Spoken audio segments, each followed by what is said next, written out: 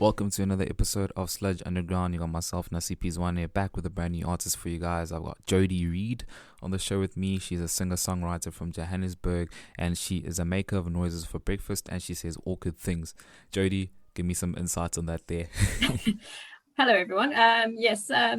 So essentially, I just like to change the normal vocabulary used when describing artists and that, because often I find everyone's like, oh yeah, I sing, I make songs, and it gets a little bit boring to some extent sometimes. So I just like to play around with different phrases and vocabulary to change it up. So instead of like I'll be playing live at wherever I'm playing, I'll rather say I'll be screaming at this place, because it just adds a bit of fun to it, and hopefully grabs the attention of people a little bit more. But in a nutshell, I feel like I'm quite an awkward person, and so making weird noises for breakfast is just part of who I am, because I've got rather a random personality going on, I think. So I'd say that's the most I can say about that. It's actually something that's really admirable, the fact that you're able to embrace yourself in a world where a lot of people are trying to fit in. I think that's one of the things that, makes you different and unique. So I can definitely appreciate that about you. Looking at the fact that you started making music at the age of 12, what sort of got you into making music at such a young age? Well, first of all, thank you for the liking the originality.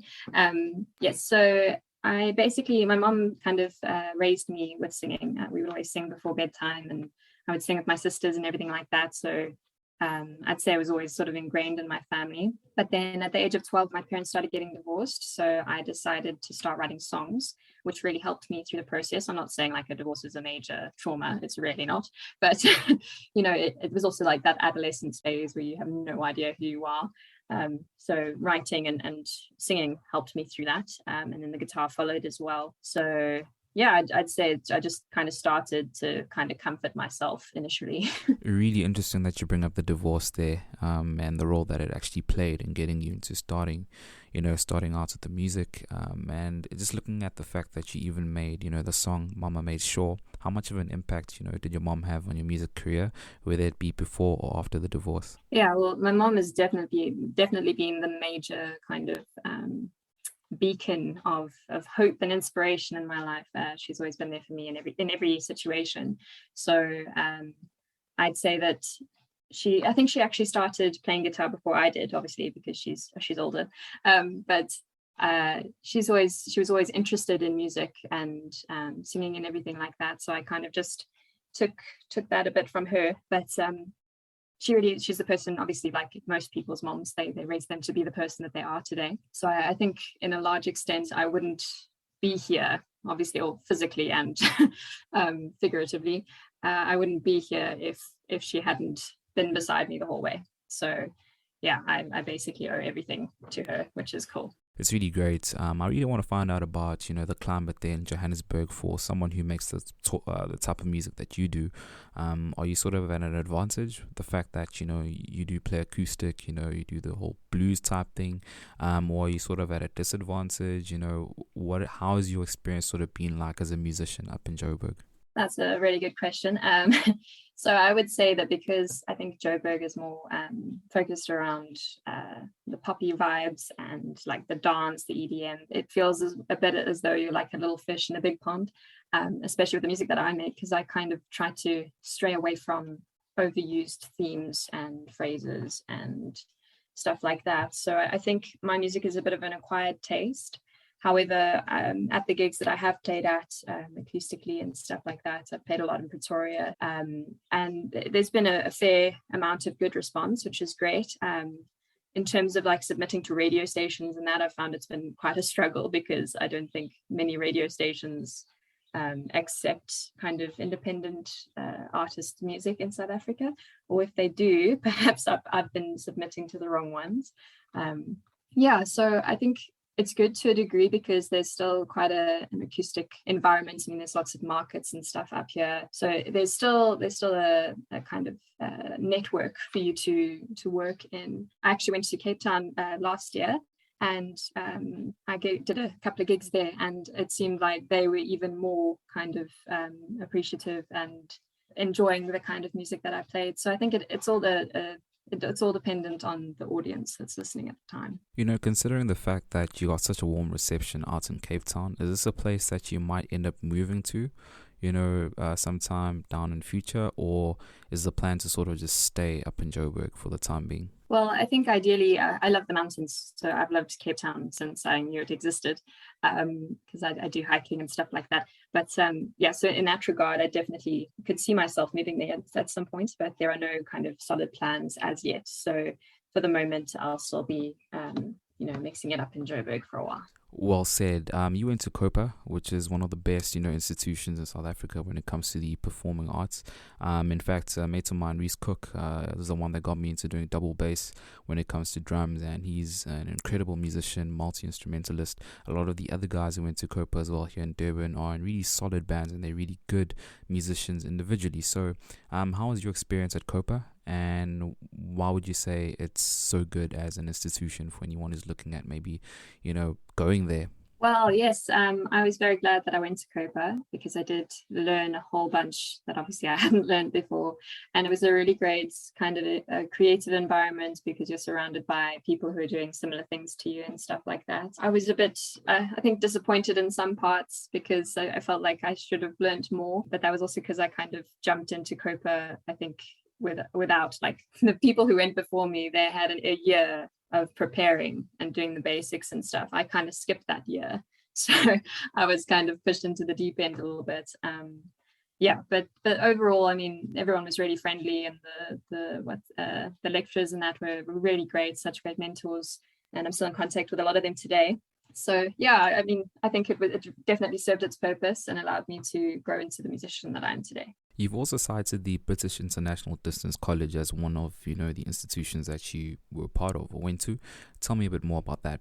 So instead of going to high school, like all the cool people, my sister and I homeschooled, which was a really great decision, I think, on my parents' part, because it really helped us to be sort of self-motivated and disciplined and learn to take our own lives into our own hands and choose our own subjects as to what we were most interested in. So British International Distance College was a part of an actual college that was in Bryanston, I think. And they basically teach the Cambridge system, which is obviously from the UK. So it was a very high level standard of education that we received there. Often it was quite difficult because my sister and I were essentially teaching ourselves. So we didn't have anyone instructing us or anything like that. And only if we had difficulties with a particular subject would we actually go to a tutor or something like that to help us obviously learn the material that we needed to. So I'm very grateful to British International Distance College because I really sucked at math. So as a kind of saving grace to that, I was able to do music instead, and that's kind of where everything started. Hey, I also sucked at math, so are we in the same group there? Tell me something. We've got Waldorf, which is one of the private sort of schools that we have here, and what they basically do is they don't really also utilize the South African sort of system when it comes to education, but then what they do is they then have a grade 13 where that's basically where they do matric, basically, or the South African version of, I guess, 12th grade or whatever it is.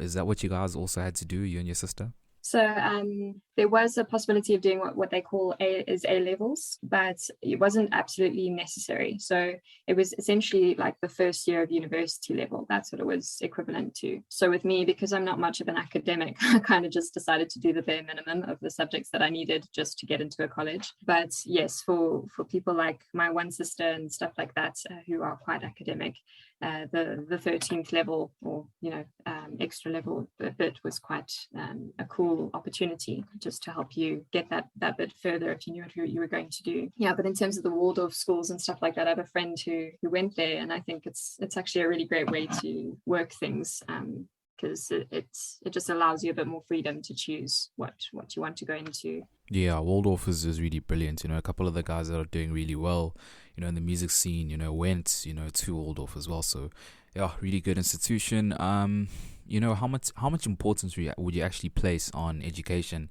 as a musician in South Africa? Is it worth sort of going through, like formal sort of institutions and channels in order to maybe aid your music career? Is it needed at all? Well, I think it's definitely got its advantages.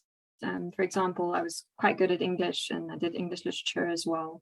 So that's really helped me with my writing aspect of being a musician and everything.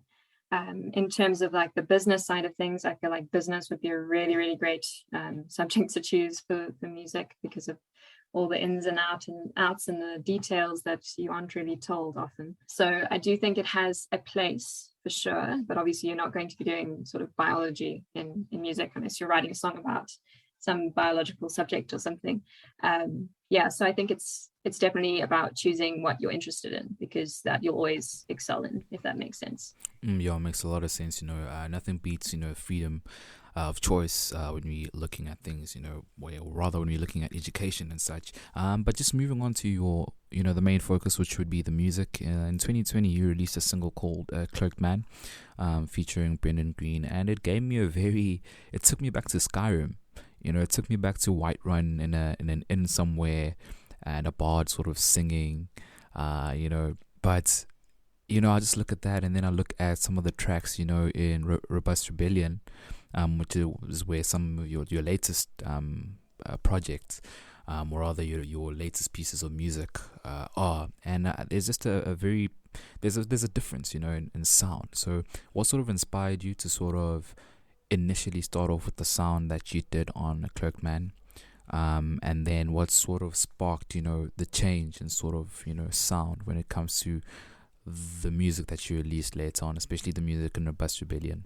Okay, yeah, well, I'm a massive fan of all things fantasy and all things Celtic. For a long time, all I wanted to do was just move to Scotland because I love the music, and I've never actually been there, but it looks great.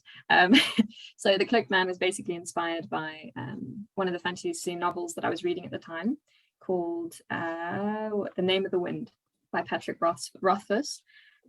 So I think in my mind, I kind of had the main character as the Cloaked Man in that way, but obviously everyone sort of perceives the song differently. But that was really, I actually wrote that song for a medieval fair that I was playing at, so it would kind of fit in with that niche. So I think I wrote it in May, and I think the gig was in June or something like that. And then the more people I played it to, the more people tended to like it. So I was like, oh, okay, well, maybe this can be something. And then I released it obviously as the single, and then that followed Celtic Commotion, the second album, which I kind of poured all of my Celtic heart, or what I thought was my Celtic heart, into the album. Looking back, I realized there are a lot more elements I could have put in to kind of make it more effective.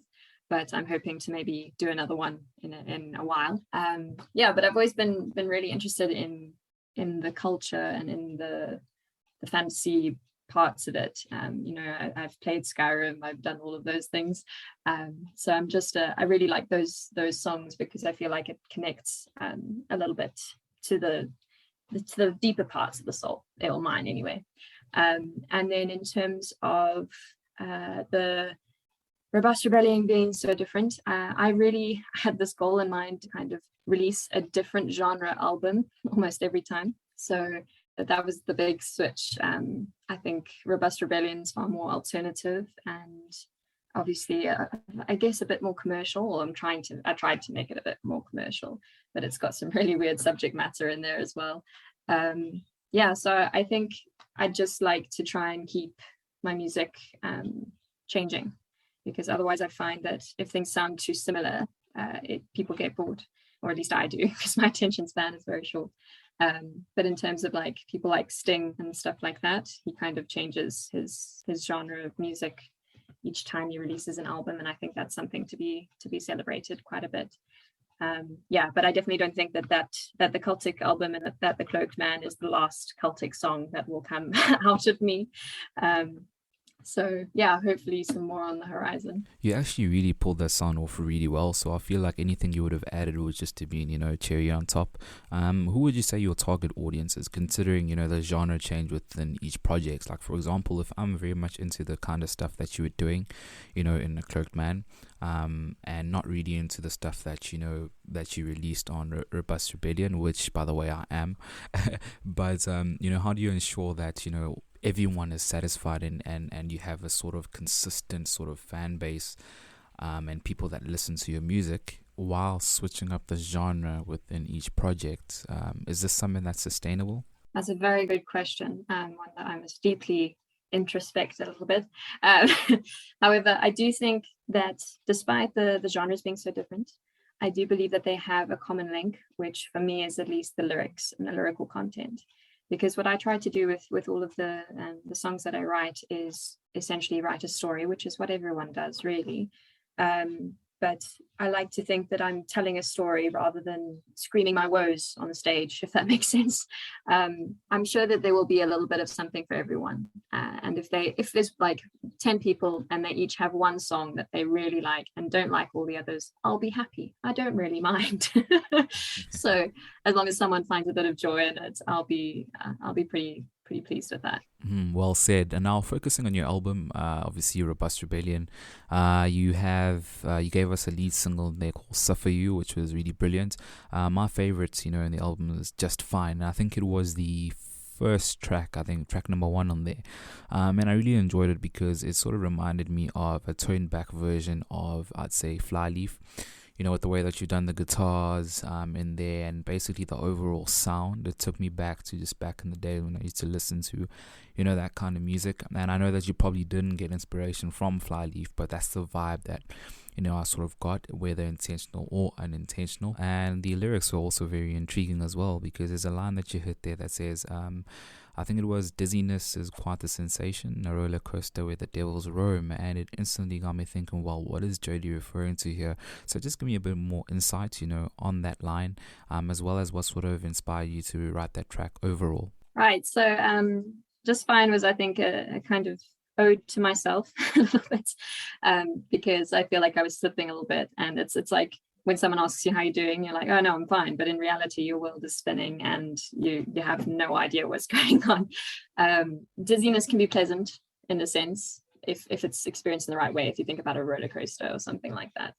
But I think more often than not, it's just kind of that sort of earth tremor that leads us to falling to the floor. So it can be enjoyed, but it often ends badly. So I think that's what I meant with that lyric. Yeah, but I had a lot of fun writing that song. I think it was the most upbeat song that I started writing. And ironically, I actually started writing that while I was waiting for a student at a school to teach them their guitar lesson. So the original recording I had was of that first intro. And there were like kids playing in the background, and I was kind of like, okay, well, that kind of fits the playground version a little bit. But yeah, I think that's that. Yeah, no, well said. But obviously another favorite of mine, as I mentioned earlier, is Mama Made Sure, which we've already sort of, dissected. I guess a point that would remain is your mom having listened to that. What was her reaction like? Did she enjoy the track at all? I think that is probably her favorite song. So to be honest, I don't know if she remembers the name quite easily, because obviously I've written a lot, and often I'm like, oh mom, that song that I'm talking about? And she's like, oh yeah, I don't know what it's called, but I know it because I've heard it more than anyone else. But I think it's safe to say that she really does like that song, and I think she understands that I kind of wrote it as a reminder to just remember who I am and to remember who she raised me to be. Because often the world presents us with little hurdles and challenges and stuff that we need to overcome. So yeah, I think she's quite pleased with that one. Plus also it's got a bit more percussion in it and a bit more soul. So I think it's good. Yeah, an aspect that a lot of people don't really focus on would be the artwork as well. This is brilliant. I've got it in front of me here. Seems to be a person or a lady that is sleeping on a bed, and it seems that the covers would be like, the ocean, and some of the bedding would also then be like the beach and stuff. Who basically came up with this sort of design, who physically designed it, and who came up with the concept? So that was actually the brainchild of Michael Smith. He's basically my favorite artist, also a really good friend. Often what I do is I kind of just let him listen to the album, and then he'll start working on something, and he'll ask me what kind of style I'd like or something like that. And then, yeah, he'll just basically draw what he thinks and create what he thinks. And it often resembles what I'm trying to portray in the album perfectly. So in all honesty, I didn't kind of go up to him and say, this is what I wanted. He gave me that, and it just seemed to to fit in perfectly, because I don't believe in kind of going to someone and trying to influence their creativity. So I like the idea that you're giving free rein to an artist, and it's their responsibility to try and mimic what your creation is trying to say. But I think it works really well that way, because there's no pressure, there's no judgment. I'm not saying, oh no, the sea is too blue or something like that. So I'm really glad he's done all of the artwork, or most of the artwork for most of my songs and stuff, and I hope that he continues to do so, because I think he really gets what's going on, if that makes sense. No, it makes a lot of sense. While we're still on Robust Rebellion, obviously solid 12 tracks on there. I want to know what made you release this album during a time when, the pandemic is a thing where it may be difficult to sort of promote the body of work, maybe through performances or live performances, considering the effects that COVID has had on live performances and not being able to perform, or uncertainty when it comes to planning out gigs. So why release it at such a weird sort of time in a way? Well, I think I've kind of had a goal in mind since I finished college to release an album a year. So I started with Secondary Sight, and then was Celtic Commotion, and then Robust Rebellion. And I'm actually working on the next one now, believe it or not. So I think I've kind of been determined to release it come hell or high water. So the fact that there was a pandemic and everyone was panicking with their heads off, it didn't really make much difference to my goals of just getting this music out there and letting whoever needs it hear it, if that makes sense. So I think, yes, it was a bit of a bummer that I couldn't promote it as I usually would a new album, but I still got really great reception from it, and a lot of people enjoyed it and stuff like that. So I don't think it was a bad move to I wouldn't have wanted to wait, and keep it until the pandemic was a bit more eased up or anything like that. So yeah, I think I've got goals in mind, and whatever happens, they're going to get achieved, whether people are ready for it or not, or only become ready for it later. I'm often reminded of Picasso's work, because people only really acknowledged the fact that he was good many years after his death. I think that was either him or Van Gogh. I'm not the best at knowing these things. But yeah, in essence, I just think that once a project is finished, it should be released. Otherwise, it stagnates, and that doesn't help anyone. Very, very well said there. It takes a lot to basically be able to stick to a plan, despite any sort of curveballs that life, may throw at you. So I gotta give you props for staying true to yourself on that one there. And obviously there's a lot that we can touch on when it comes to you, Jodie, because you also mentioned, waiting for a student there. Obviously you do the whole teaching thing as well. But I just want to focus, as we closing out the show, sort of on the new year. We are in 2022 now. So what are the plans? You did mention that, you started working on your new album. Perhaps you could drop us a date or give us an album name if you're at that stage. If not, what are the plans sort of overall? Like, what can we expect from you in 2022, and what sort of achievements are you sort of gunning for? Right, so I'm busy recording the new album at the moment. It's basically more focused on folk, or I'm trying to think what else, maybe folk pop in some aspects. There's a little bit of Bon Iver inspiration there, and also just some Matthew Mole kind of sounding things. I don't know. We'll see how it goes. So I'm busy recording that at the moment. I haven't got a date set just yet, because I like to kind of just take my time and then set the date afterwards.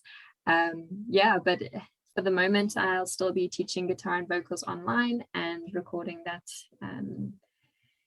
album. And then I've also got a few collaborations in the line. So I'll be working with Drawing on Scars again. He's in the US and he's really fun to work with. And then I'll also be working with someone from Peru. And I've got one in the pipeline from the UK as well. So a lot of collaborations, a lot of music releases, and in general, just music everywhere.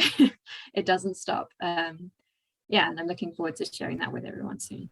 Jodie, I am super excited about all the things that are coming up this year. I want to take this opportunity to thank you for joining me on Sludge Underground. And yeah, I'd also like to thank Frederick as well, who was the one who basically arranged, for this interview to happen. It wouldn't be a thing without him. So thank you so much for that there, bro. And yeah, obviously handles, if anyone wants to get in touch with you, Jodie, whether it be, to work with you or whether it be for guitar lessons, whatever the case may be, what are your handles? Thank you so much, and thank you to Sludge Underground podcast for having me, and to Fred for obviously pointing me in this direction. Yes, so handles, Instagram, I'm most on Instagram. It's at Jodie Reid Music, so it's spelled JO DIE, yes, death, .REID music, so it's Jodie Reid Music.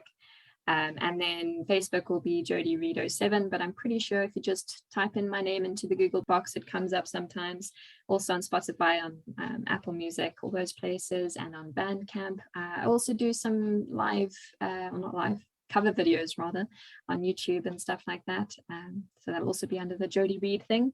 So if you can spell my name, you can find me. Yeah, there we go. Hey, that was really awesome, man. Obviously, we have to close out the show with one of your tracks now. I'd like to ask you the question, what Jodie Reid song is your favorite? I know it's an unfair question. A lot of the artists say it's like having to pick, between one of their children or whatever the case may be. But, for the sake of closing out the show, which Jodie Reid track should we be closing out with? I think let's go with The Cloaked Man, because I think I connect more with that one. Although Suffer You is also, I like, it would be between Suffer You and The Cloaked Man. But I think for the sake of this, let's go with The Cloaked Man. Hey, that is a very epic choice. It is one of my favorites as well. So we're going to be closing out with The Cloaked Man. Before we do that, do check out all things Sludge Underground on our brand new website, www.sludgeunderground.com. That's where you'll be able to find all our social media pages, all our latest episodes, who the hosts are, as well as various ways that you can support the podcast. And obviously on social media, it's at Sludge Underground on Facebook and Instagram, and also Twitter. We are at Sludge031. As for myself, it's at Zwane031 if you want to connect. And do head over to Apple Podcasts as well, leave us a review. If you're on Spotify, give us a follow. All these things basically help us reach more people and such. So yeah, we're going to be closing out with The Cloaked Man, as I said, by Jodie. Until next time, it is bye for now. The cloaked man stood hidden beneath pouring rain. He held a small weapon drenched with disdain. The maiden saw him arrive from the west. His feet were well traveled, his boots were at their best.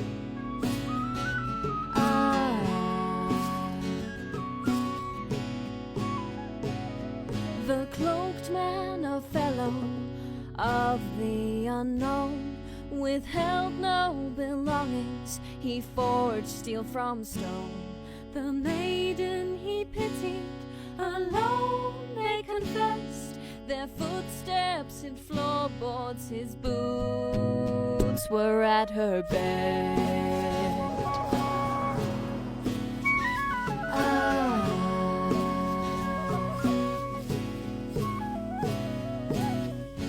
Listen closely, hear her sigh, standing lonely he smiles, nervous hands over bands, prithee maiden be mine, oh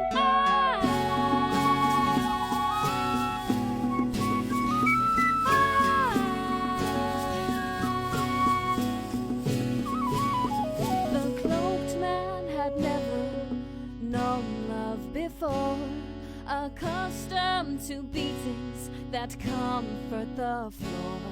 The maiden soothed wounds with whisper and touch, his bare feet were weary, his boots had walked too much.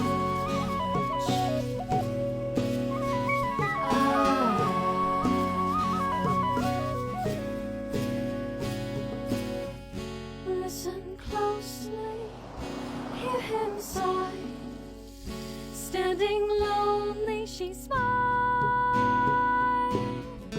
nervous hands over belts,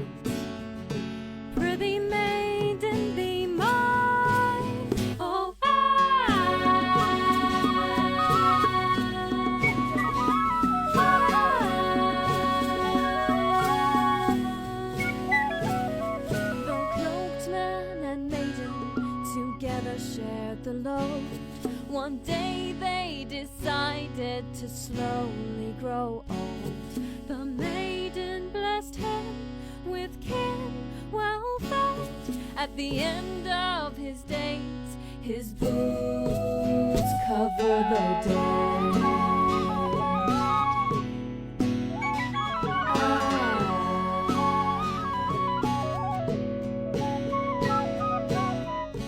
Listen closely, hear him sigh. Standing ghostly, he smiles.